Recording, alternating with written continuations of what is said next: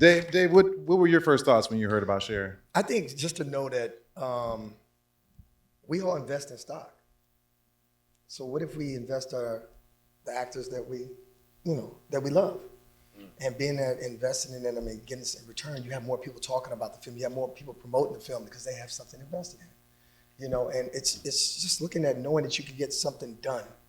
When I think about all these things, having a place where you can grab a community and build something that you own is one of the priceless things I believe in this business that we can have. And so when you see all those things, and then you think about the fact that when you really think about those A-list actors that are working, when they're dealing with the studios, but they have projects that they wanted to do all their life, but then the studio says, hold on a second, we'll get back to you. Because they got films lined up that they want to do. And then you go, wait, man, am I ever going to get my project off the ground? Days of Thunder 2. And so when you know that you can get those films done that you really want to do, step down off the mountain and get an independent project that you want to do and have all those people invest in, that's a great, come on. Also, I want to add to that, I also think like expectation is really high. I think like people, they see, all the Friends, cast and they made $1 million an episode and everyone is gonna go. I had someone actually tell me in a meeting a couple months ago, you're telling people they can make $1 million off a short film. I said, no, I'm just saying that if they're on Share and if they do 4 films and 4 or 5 films and maybe they generate $800 a month, that's still something.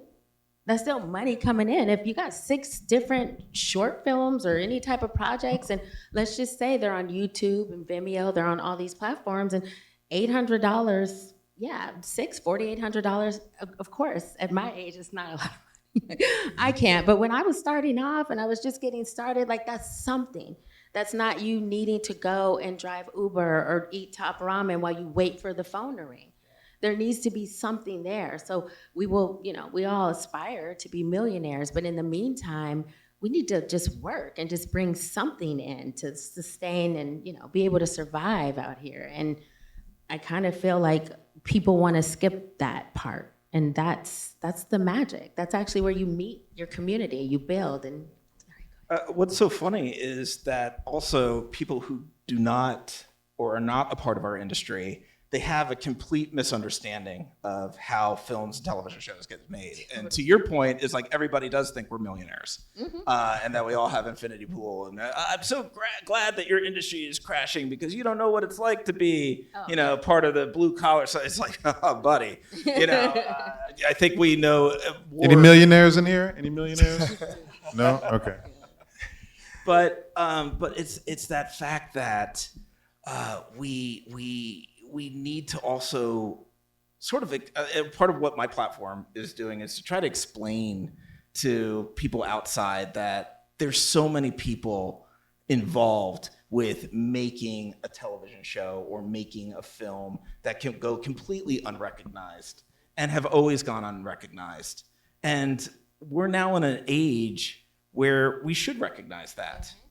And it shouldn't be the producer at the studio that has never once picked up a camera or written a script who maybe sent out about 3 emails to say, I'm gonna get 5% of the film's gross profits. That's just wrong. And there's so many people that break their back. And I know many people here have spent time on set, hours even, been to a point of probably sleeping delusion and that, anyway, you know what I'm saying. Well, you know what? When you talked about like Robert Evans, it's like when you think about those producers in the past who actually love filmmaking, they were really, like he told Francis Ford Coppola, like, no, go make Godfather. If you need to make it 3 hours, fine, go do it. Like, I want to see the masterpiece. Now it's former, Coca-Cola corporate executives that are in these, positions in our industry, and not all of them, but I'm just saying, and they're just looking at the bottom line and the money. And so, when if that's all you're looking at, you're gonna make Days of Thunder 2 and another Ghost and another Officer and a Gentleman. And this is real shit, real stuff. And that's happening right now. Like, I can't believe it when I see the headlines. I'm like, what? But to your point, the thing about Hollywood is that it has to be proven first. Yes. It's like, really, like no one really wants to take the risk, but then when it happens, it's like, oh my gosh, everybody wants to do $300,000 movie made $300 million. Yeah. And then next thing you know, they're trying to do all of that. And so we, as the creators, we actually have the magic. Like, we own the magic sauce. So, and we're not like, risk averse either. Yeah, Like, we're not like playing Yeah. it safe. We want to do stuff that's daring, that's bold, that hasn't been we done do. before. Yeah. But unfortunately, we get handcuffed. And like to your point earlier, like a show like Cheers could never exist in our ecosystem. Cheers had a horrible first season. Yeah. And if it wasn't for the VP at NBC who championed the show and said, no, let it find its audience. Yeah. And then it became one of the greatest, television series of American history. So the fact is, we don't have the people that believe in it, but we believe in it. You believe in it. You believe in it. I believe in it. Okay, I was going to say the jury's still out on you, and I think everybody in here believes in it. Like Yeah. we if you have we all have this intuition and a gut where you're just like, if you just give me a chance, and that's all you're asking for is that chance. If I can get it, if I could get my project, and I could get some person to view it and appreciate it. Then they tell two friends, and they tell two friends, and it's true. It's just we're not let. Creatives right now are not being given permission to explore and create. Yeah. And I think that's where the frustration is boiling over at this point. Ooh, but I heard that you are brave enough to explore and to create new ideas. Is this true? Flattery will get you everywhere, sir. Did I hear yes, you're working on yeah. a new project? I that am will be working on a launching project, Share? and it's funny that I have a project that I, when I was first talking to Erin, she's like, so what you got? And I'm like, well, okay, well, let me open up that folder on my computer that's been collecting dust of every project that's been rejected over the past 15 years. And, I'll show some of these ideas, and these are either shows or films or projects that I've tried to get through doors, and everybody's like, yeah, I just don't see it, but they're different.